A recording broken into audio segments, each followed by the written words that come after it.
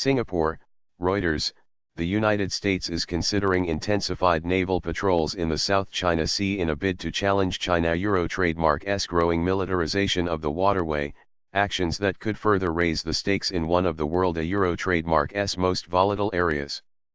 The Pentagon is weighing a more assertive program of so-called freedom of navigation operations close to Chinese installations on disputed reefs, two U.S. officials and Western and Asian diplomats close to discussions said. The officials declined to say how close they were to finalizing a decision. Such moves could involve longer patrols, ones involving larger numbers of ships or operations involving closer surveillance of Chinese facilities in the area, which now include electronic jamming equipment and advanced military radars. U.S. officials are also pushing international allies and partners to increase their own naval deployments through the vital trade route as China strengthens its military capabilities on both the Parasil and Spratly Islands, the diplomats said, even if they stopped short of directly challenging Chinese holdings. What we have seen in the last few weeks is just the start.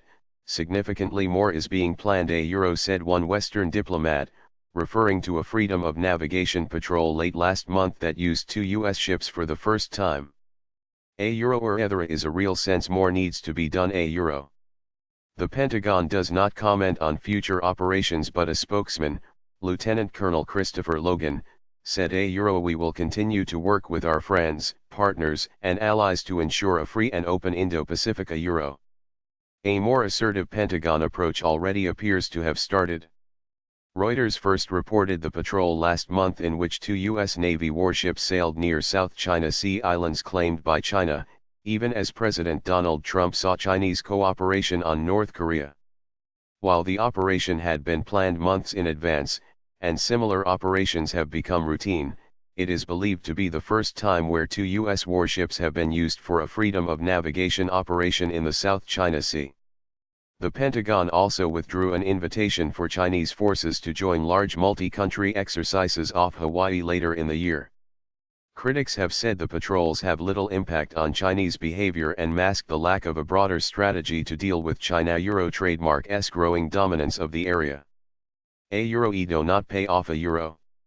U.S. Defense Secretary Jim Mattis warned in Singapore on Saturday that China-Euro trademark's militarization of the South China Sea was now a reality, but that Beijing would face unspecified consequences. Questioned during the Shangri-La Dialogue Security Conference over whether it was too late to stop China, Mattis said, eventually these actions do not pay off .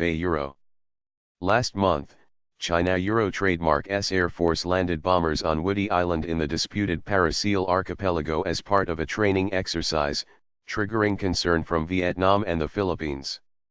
Satellite photographs taken on May 12 showed China appeared to have deployed truck-mounted surface-to-air missiles or anti-ship cruise missiles at Woody, while anti-ship cruise missiles and anti-air missiles were also placed on its largest bases in the Spratlys. Speaking on the sidelines of the Singapore conference, He Lei, of the PLA-Euro trademark's Academy of Military Sciences, said China had every right to continue to militarize its South China Sea holdings.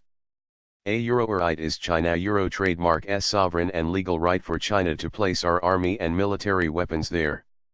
We see any other country that tries to make noise about this as interfering in our internal affairs, he said. Regional military attachés say they are now bracing for China-Euro trademark's next moves, which some fear could be the first deployment of jet fighters to the Spratlys or an attempt to enforce an air defense identification zone, ADIZ, similar to one Beijing created off its eastern coast in 2013. Vietnamese military officers say they are particularly concerned by the prospect of an ADIZ, saying it could threaten the integrity of Vietnamese airspace. Lieutenant General Nguyen Duc Hai, head of the Vietnamese military Euro trademark's Institute of Strategic Studies, said that while Vietnam had long sought peaceful settlements to disputes, Euro options are on the table from our side to safeguard our sovereignty and territory. ADIZ establishment is one option we have thought of and also have plans to deal with Euro.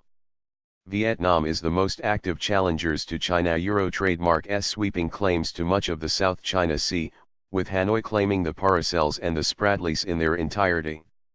Malaysia and the Philippines hold some Spratlys features while Brunei claims waters straddled by China Euro trademark's so-called 9-line claim. Taiwan claims the same area as China.